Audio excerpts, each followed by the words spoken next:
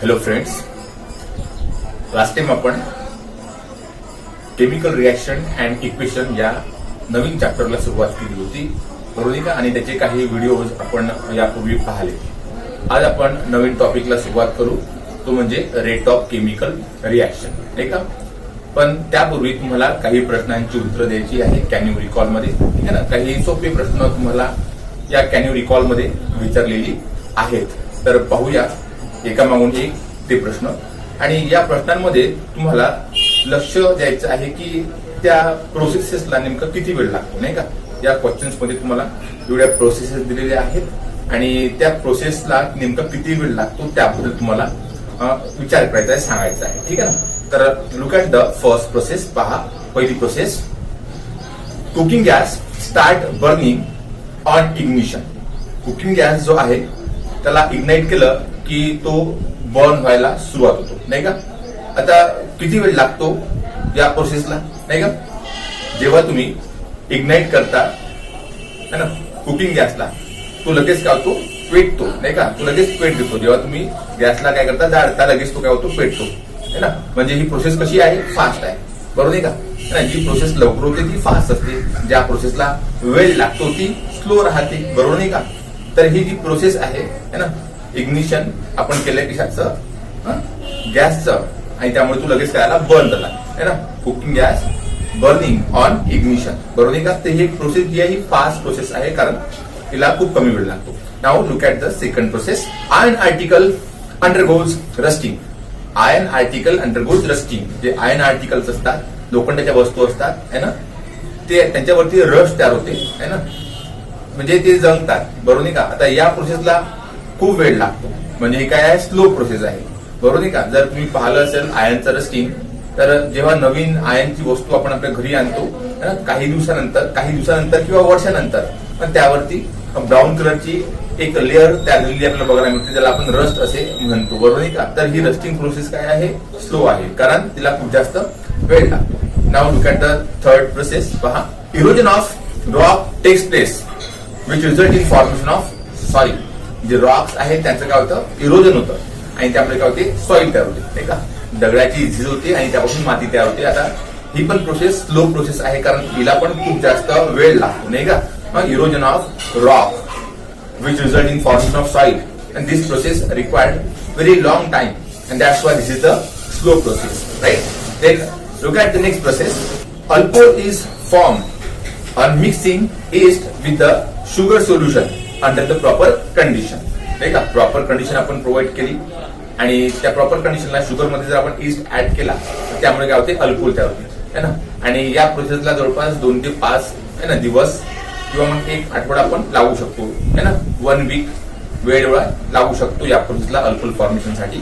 म्हणजे आपण म्हणू शकतो की या प्रोसेसला वेळ लागतो, बरोबर नाही का. म्हणून ही काय आहे, स्लो प्रोसेस आहे, because it required near about 2 to 5 days for the formation of alcohol from sugar, right. Means this is the slow process. आपण म्हणू शकतो ही काय आहे, स्लो प्रोसेस आहे, right. Then look at the next process. Next process पाहूया आपण. Effervescence are formed by adding the baking soda into the test tube that containing the hydrochloric acid. Hydrochloric acid असणाऱ्या टेस्ट ट्यूब मध्ये जर तुम्ही baking सोडा जर add केला तर त्यामुळे काय होतात, इफरवसेन्स बाहेर पडतात, ते बुडबुडे निघतात, बरोबर नाही का.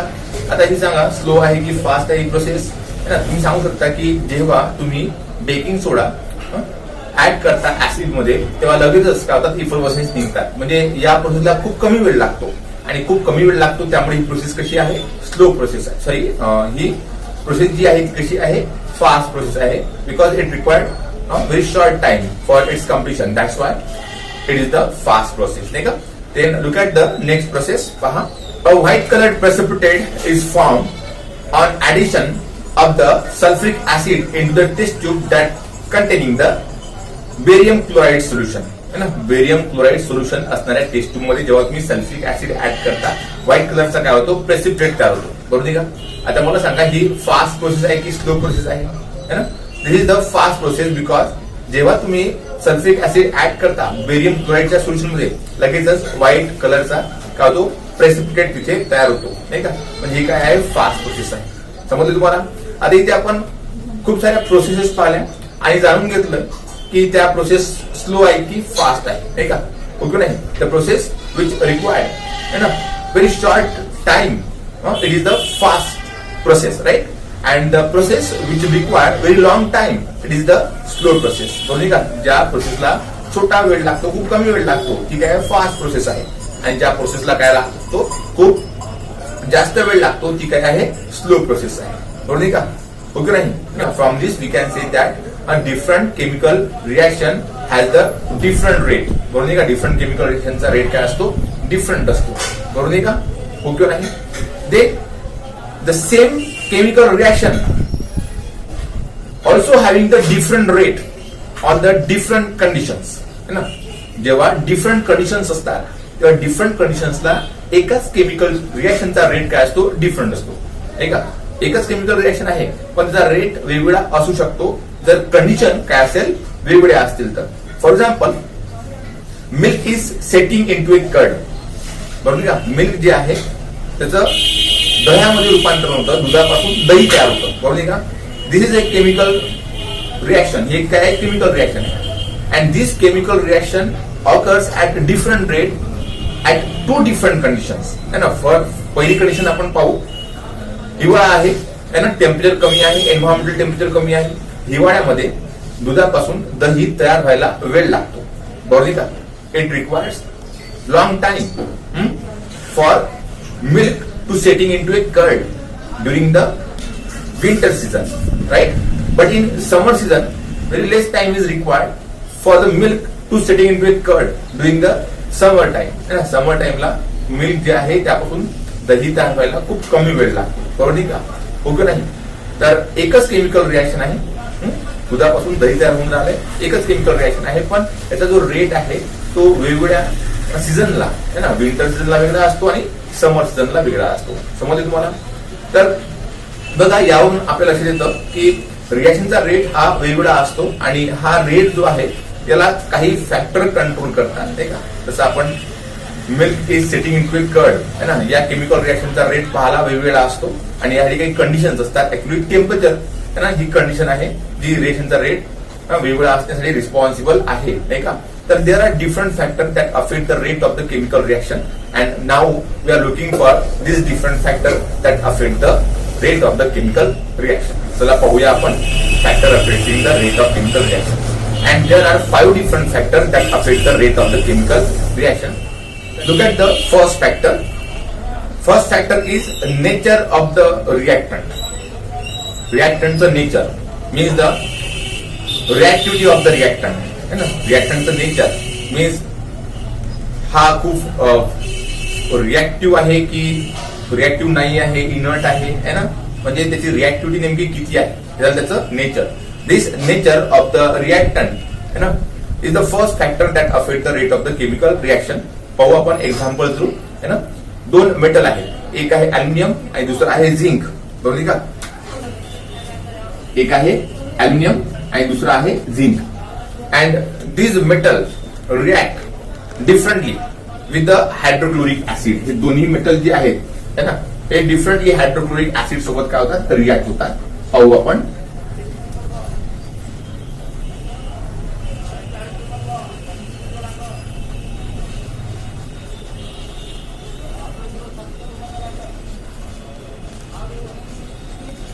दिसतोय तुम्हाला? रिएक्शन दिसते का? हा अल्युमिनियम HCl सोबत रिॲक्ट होऊन राहिलाय, है ना? अल्युमिनियम क्लोराइड तयार होऊन राहिलाय आणि हायड्रोजन गॅस बाहेर पडून राहिलाय. ठीक आहे. Then zinc also react with HCl and it produce zinc chloride and hydrogen gas. बरोबर आहे का? अल्युमिनियम आणि झिंक हे दोघे जण काय होतात, हायड्रोक्लोरिक ऍसिड सोबत काय होतात, रिॲक्ट होतात आणि हायड्रोजनचे बबल्स काय होतात, इथे तयार होतात. जेव्हा आपण हायड्रोक्लोरिक ऍसिड ऍड करतो झिंक किंवा अल्युमिनियम मेटल मध्ये, तिथे हायड्रोजनचे बबल्स काय होतात, बाहेर पडतात. बरोबर का? पण जेव्हा आपण अल्युमिनियम ऍड करतो तेव्हा हायड्रोजनचे बबल्स खूप फास्ट बाहेर पडतात. म्हणजे अल्युमिनियम, जेव्हा आपण अल्युमिनियम मध्ये हायड्रोक्लोरिक ऍसिड ऍड करतो तेव्हा जे हायड्रोजनचे बबल्स आहेत ते खूप फास्ट बाहेर पडतात, है ना? त्यावरून आपण म्हणू शकतो की हायड्रोजन खूप फास्ट काय होऊन राहिला, इथे तयार होऊन राहिलाय. बरोबर का? म्हणजे अल्युमिनियम हा ऍसिड सोबत खूप फास्ट काय होतो, रिॲक्ट होतो. अल्युमिनियमची जी रिएक्शन आहे हायड्रोक्लोरिक ऍसिड सोबत ती काय आहे फास्ट आहे ना.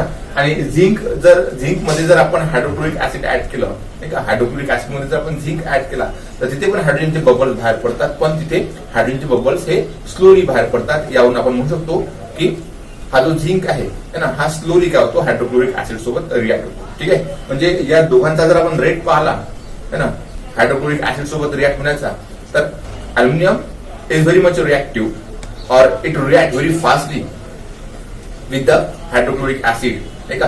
जो अल्युमिनियम आहे हा खूप फास्टली काय होतो हायड्रोक्लोरिक ऍसिड सोबत रिॲक्ट होतो, आणि झिंक जो आहे तो स्लोली हायड्रोक्लोरिक ऍसिड सोबत रिॲक्ट होतो. कारण अल्युमिनियमच्या केसमध्ये बबल्स खूप फास्टली तयार होतात आणि झिंकच्या केसमध्ये जे बबल्स आहेत ते काय होतात स्लोली तयार होतात.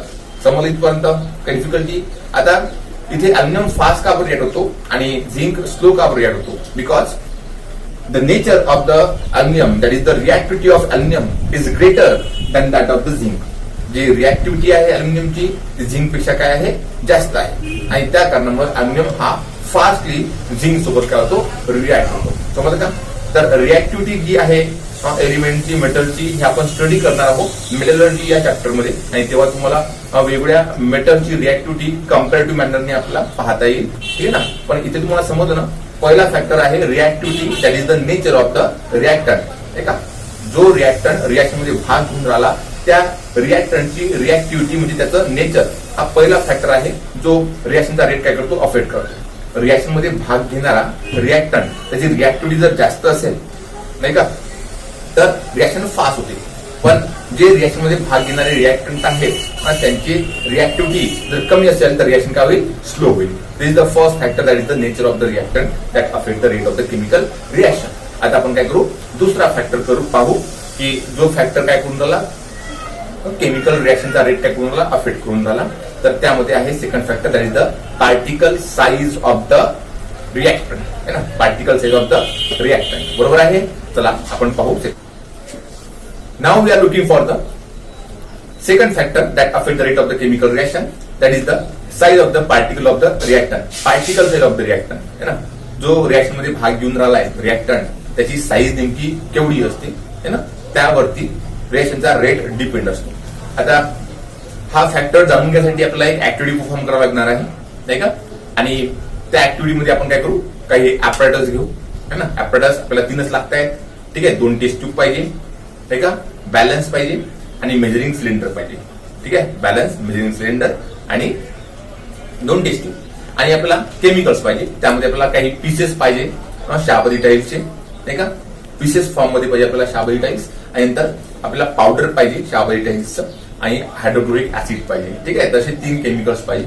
नंतर बघा आपल्याला 2 टेस्ट ट्यूब घ्यायचे है ना. दोन्ही टेस्ट ट्यूब मध्ये सारख्या व्हॉल्यूम मध्ये सारख्या अमाऊंट मध्ये काय करायचं आहे तुम्हाला हायड्रोक्लोरिक ऍसिड टाकायचं आहे, आणि नंतर पहिल्या टेस्ट ट्यूब मध्ये तुम्हाला काय करायचं आहे पीसेस ऍड करायचे आहेत कशाचे शाबरी टाईल्सचे, आणि तेवढ्याच वजनाचे तुम्हाला पावडर फॉर्म मध्ये असणारा शाबरी टाईल्स दुसऱ्या टेस्ट ट्यूब मध्ये ऍड करायचा आहे. ठीक आहे ना. पहिल्या टेस्ट ट्यूब मध्ये तुम्ही पीसेस ऍड केले शाबरी टाईल्सचे, आणि दुसऱ्या टेस्ट ट्यूब मध्ये तुम्ही काय केलंय पावडर फॉर्म मध्ये असणारी शाबरी टाईल्स काय केली ऍड केली. आता टेस्ट ट्यूब मध्ये नेमकी कोणती रिएक्शन होती पाहू आपण. बघा शाबरी टाईल्स म्हणजे कॅल्शियम कार्बोनेट.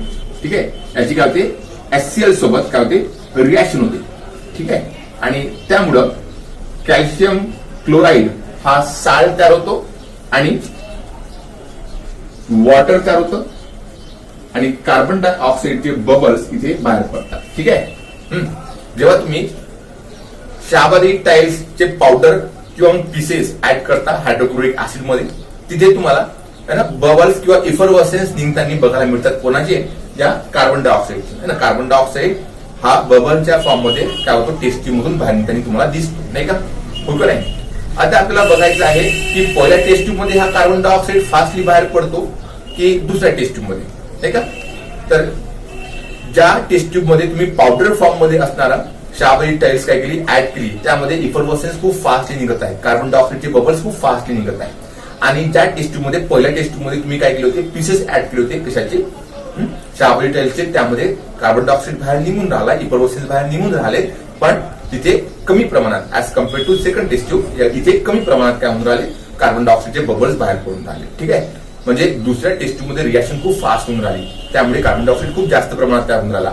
आणि पहिल्या टेस्ट ट्यूबमध्ये रिएक्शन थोडी स्लो होऊन राहिली आणि त्यामुळे कार्बन डायऑक्साईड स्लोली काय होऊन राहिला, बाहेर पडून राहिला. ठीक आहे, हो की नाही? तर इथे डिफरन्स काय आहे, तर पहिल्या टेस्ट ट्यूबमध्ये आपण काय केलंय, पीसेस ऍड केलेत शाबरी टाईल्सचे, आणि दुसऱ्या टेस्ट ट्यूबमध्ये आपण पावडर ऍड केली. जेव्हा आपण पावडर ऍड करतो तेव्हा कार्बन डायऑक्साईड खूप फास्ट बाहेर पडतात, म्हणजे तिथे रिएक्शनचा रेट काय असतो, जास्त असतो, नाही का? आणि पहिल्या टेस्ट ट्यूबमध्ये पीसेस आपण ऍड केले, नाही का? त्यामुळे तिथे कार्बन डायऑक्साईड स्लोली बाहेर पडून राहिलाय, म्हणजे तिथे रिएक्शन काय होऊन राहिली, स्लो होऊन राहिली, बरोबर का? तर रिएक्टंटची साईज आहे ना, जर छोटी असेल तर रिएक्शन फास्ट होते, आणि रिएक्टंटची साईज जर मोठी असेल तर रिएक्शन काय होते, स्लोली होते, बरोबर का? म्हणजे हा दुसरा फॅक्टर आहे, रिएक्टंटची साईज आहे ना. The particle size of the reactant this is the second factor that affect the rate of the chemical reaction. तर तुम्हाला सेकंड फॅक्टर समजला असेल है ना, particle size of the reactant, and this is the second factor that affect the rate of the chemical reaction, right? Now we are looking for the third factor. Third factor is the concentration of the reactant. Third factor कोणता आहे, concentration of the reactant आहे ना. तर या पूर्वीच्या factor मध्ये आपण है ना रिएक्शन पाहिली होती शाबरी टाईल्स आणि हायड्रोक्लोरिक ऍसिडची, बरोबर आहे का? इथे आपण हायड्रोक्लोरिक ऍसिड आहे ना, यामध्ये काय केले, कॅल्शियम कार्बोनेट म्हणजेच शाबरी टाईल्स काय केले, ऍड केले, नाही का? हो की नाही? आणि मग कॅल्शियम क्लोराईड H2O आणि कार्बन डायऑक्साईडचे बबल्स इफरव्हर्सन्स बाहेर पडाले, नाही का? आता आपण काय करू, पाहू की कॉन्सन्ट्रेशन रिएक्शनला कसं अफेक्ट करतं. तर इथे आपण पहिल्या ऍक्टिव्हिटीमध्ये काय करू, डायल्यूट HCl यूज करू, आणि दुसऱ्या वेळेस आपण काय करू, कॉन्सन्ट्रेट HCl ऍड करू. ठीक आहे, दोन टेस्ट ट्यूब घेऊ आणि दोन्ही टेस्ट ट्यूब मध्ये आपण काय केलंय, शाबरी टाईल्स टाकल्या, शाबरी टाईल्सचे पीसेस टाकले, समजलं का? आणि नंतर पहिल्या टेस्ट ट्यूब मध्ये आपण काय करू, डायल्यूट हायड्रोक्लोरिक ऍसिड ऍड करू, आणि दुसऱ्या टेस्ट ट्यूब मध्ये आपण कॉन्सन्ट्रेटेड हायड्रोक्लोरिक ऍसिड ऍड करू, आणि नंतर मग ऑब्झर्व करू की इफरव्हर्सन्स कोणत्या टेस्ट ट्यूब मधून जास्त बाहेर पडत आहे. ठीक आहे ना? तर ज्या टेस्ट ट्यूब मध्ये तुम्ही कॉन्सन्ट्रेटेड हायड्रोक्लोरिक ऍसिड ऍड करता त्या टेस्ट ट्यूब मध्ये कार्बन डायऑक्साईडचे बबल्स खूप फास्ट बाहेर पडतात, आणि ज्या टेस्ट ट्यूब मध्ये तुम्ही डायल्यूट हायड्रोक्लोरिक ऍसिड ऍड केलं त्यामध्ये कार्बन डायऑक्साईडचे जे बबल्स आहेत ते स्लोली बाहेर पडतात. म्हणजे कॉन्सन्ट्रेशन जर जास्त असेल रिएक्टंटचं तर रिएक्शनचा रेट जास्त असतो, आणि कॉन्सन्ट्रेशन जे आहे रिएक्टंटचं ते जर कमी असेल तर रिएक्शनचा रेट काय असतो, कमी असतो. यावरून आपल्याला समजतं. ठीक आहे ना? ओके नाही? Means this is the third factor that is the concentration of the reactant. Concentration of reactant हा तिसरा फॅक्टर आहे जो रिएक्शनचा रेट काय करतो, अफेक्ट करतो. जर रिएक्टंटचं कॉन्सन्ट्रेशन जर जास्त असेल तर रिएक्शनचा रेट काय असतो, जास्त असतो, आणि रिएक्टंटचं कॉन्सन्ट्रेशन जर कमी असेल तर रिएक्शनचा रेट काय असतो, कमी असतो. These are the two factor that affect the rate of the chemical reaction. तर समजलं तुम्हाला तिसरा factor. Now we are looking for the fourth factor. आता आपण चौथा फॅक्टर पाहू. Now we are looking for the fourth factor that is the temperature of the reaction, नाही का? तर यापूर्वी आपण काय केलं, जे कॅल्शियम कार्बोनेट आहे याला हीट केलं आणि त्यापासून कॅल्शियम ऑक्साईड आणि कार्बन डायऑक्साईड तयार होतो, बरोबर आहे का? सगळ्यात पहिली ऍक्टिव्हिटी आपण परफॉर्म केली होती, है ना? पहा, when we heat the calcium carbonate, जेव्हा आपण कॅल्शियम कार्बोनेटला काय करतो, हीट करतो, नाही का? तर कॅल्शियम ऑक्साईड आणि कार्बन डायऑक्साईड तयार होतो, है ना? ही आपण त्यापूर्वी पाहिलेली आहे पहिल्या ऍक्टिव्हिटीमध्ये रिएक्शन्स, नाही का? तर इथे आपण या कॅल्शियम कार्बोनेटला हीट करतो, या कॅल्शियम कार्बोनेटचं टेम्परेचर वाढवतो, है ना? तेव्हा ही रिएक्शन होते. जर है ना आपण कॅल्शियम कार्बोनेटला हीट जर केलं नाही, है ना, जर आपण कॅल्शियम कार्बोनेटला हीट जर केलं नाही तर ही रिएक्शन होणार नाही. Means for the completion of this reaction we have to raise the temperature of the reactant. आपल्याला रिएक्टंटचं टेम्परेचर, आपल्याला रिएक्शनचं टेम्परेचर काय करावं लागतं, वाढवावं लागतं, इन्क्रीज करावं लागतं जर ही रिएक्शन तुम्हाला घडून आणायची असेल तर. This reaction does not takes place if we not increase the temperature of the reaction. जर आपल्याला समजतं की टेम्परेचर खूप महत्वाचं असतं एका रिएक्शन होण्यासाठी. Temperature is the factor, okay नाही, विच एनहान्स द और which affect the rate of the chemical reaction, है ना? ही रिएक्शन होतच नाही जर आपण टेम्परेचर जर इन्क्रीज केलं नाही तर, हीट प्रोव्हाइड केली नाही तर. म्हणजे आपण जर हीट दिली आणि हीट जर खूप फास्ट दिली तर रिएक्शनचा रेट काय होईल, खूप फास्ट असेल, आणि हीट जर स्लो दिली तर रिएक्शनचा रेट काय होईल, कमी असेल, स्लो असेल. समजलं तुम्हाला? Means temperature is the fourth factor that affect the rate of the chemical reaction. Temperature हा चौथा फॅक्टर आहे जो रिएक्शनचा रेट काय करतो, कमी करतो. जर टेम्परेचर जर वाढलं तर रिएक्शनचा रेट वाढतो, आणि जर टेम्परेचर कमी केलं तर रिएक्शनचा रेट काय होतो, कमी होतो. Now we are looking for the fifth factor that affect the rate of the chemical reaction, and that is the catalyst है ना. आता आपण पाचवा फॅक्टर पाहू जो केमिकल रिएक्शनचा रेट काय करून राहिलाय, अफेक्ट करून राहिलाय. आणि तो पाचवा फॅक्टर कोणता आहे, कॅटलिस्ट नाही का. There is a reaction and in this reaction potassium chloride on heating get converted into potassium chloride and oxygen. Right, एक रिएक्शन आहे त्यामध्ये आपण काय करतो, पोटॅशियम क्लोरेटला हिट करतो आणि पोटॅशियम क्लोरेट पासून पोटॅशियम क्लोराइड तयार होतं आणि ऑक्सिजन गॅस तयार होतो. चला आपण पाहू ही रिएक्शन. बघा पोटॅशियम क्लोरेट, ठीक आहे, आपण काय करून राहिलोय, हिट करून राहिलोय आणि त्यामुळे काय तयार होतं, पोटॅशियम क्लोराइड तयार होतं आणि ऑक्सिजनचे बबल तयार करतात. ठीक आहे ना. This is the simple chemical reaction. हे काय सिंपल केमिकल रिएक्शन आहे ज्यामध्ये हा आहे पोटॅशियम क्लोरेट. काय हा पोटॅशियम क्लोरेट आणि याला आपण हिट केल्यानंतर पोटॅशियम क्लोराइड तयार होतं आणि ऑक्सिजनचे बबल्स करतात तयार होतात. ठीक आहे. आता या रिएक्शनचा रेट आपल्याला काय करायचा आहे, वाढवायचा आहे ना. We have to increase the rate of this reaction. आपल्याला या रिएक्शनचा रेट काय करायचा आहे, वाढवायचा आहे. मग आपण पार्टिकल साईज कमी करून, छोटी करून है ना, या रिएक्शनचा रेट वाढवू शकत नाही. किंवा मग टेम्परेचर जर आपण इन्क्रीज केलं तर टेम्परेचर इन्क्रीज केल्यानंतरही या रिएक्शनचा रेट वाढत नाही है ना. या रिएक्शनचा रेट आपण पार्टिकल साईज कमी केल्यानंतरही वाढत नाही आणि टेम्परेचर वाढवल्यामुळे पण या रिएक्शनचा रेट वाढत नाही. समजलं तुम्हाला. तर या रिएक्शनचा रेट कसा काय वाढतो, तर if you want to increase the rate of this chemical reaction we have to add a particular chemical compound in it, that is manganese oxide. नाही का, मॅग्नीज ऑक्साइड जर आपण या पोटॅशियम क्लोराइड मध्ये जर ऍड केला, कोण, manganese oxide, that is MnO2. ठीक आहे ना. मॅग्नीज ऑक्साइड जर आपण यामध्ये काय केला, ऍड केला, तर या केमिकल रिएक्शनचा रेट काय होतो, वाढतो. आणि या रिएक्शन मध्ये मॅग्नीज ऑक्साइड मध्ये कोणताही बदल होत नाही.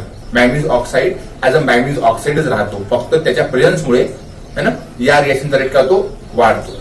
तर असा केमिकल सबस्टन्स ज्याच्या प्रेझन्समुळेच केमिकल रिएक्शनचा रेट वाढतो आणि त्या रिएक्शन मध्ये त्या कंपाऊंड मध्ये कोणत्याच प्रकारचा बदल होत नाही. समजलं का. असा कंपाऊंड की याच्या प्रेझन्स मध्ये, असा सबस्टन्स की त्या प्रेझन्स मध्ये केमिकल रिएक्शनचा रेट काय होतो, वाढतो. बरोबर का. पण त्या सबस्टन्स मध्ये, त्या कंपाऊंड मध्ये कोणत्याही प्रकारचा बदल होत नाही है ना. त्या सबस्टन्सला आपण काय म्हणतो, कॅटलिस्ट असे म्हणतो नाही का. द सबस्टन्स है ना विच एनहान्स और increase the rate of the chemical reaction without participating in that reaction है ना इज कॉल्ड एज कॅटलिस्ट. त्याला आपण काय म्हणतो, कॅटलिस्ट असे म्हणतो. समज का.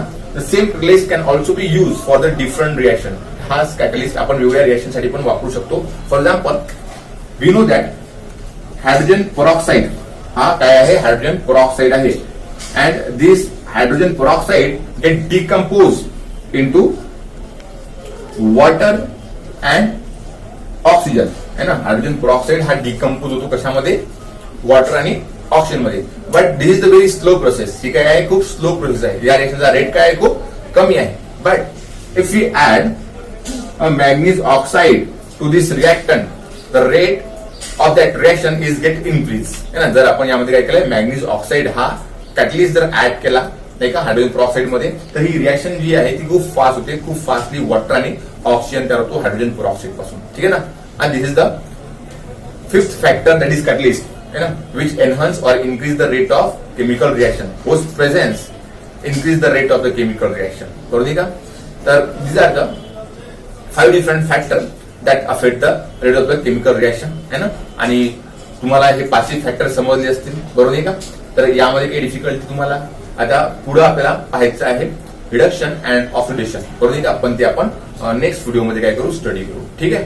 तर इथे आपण थांबू. Thank you and have a nice day.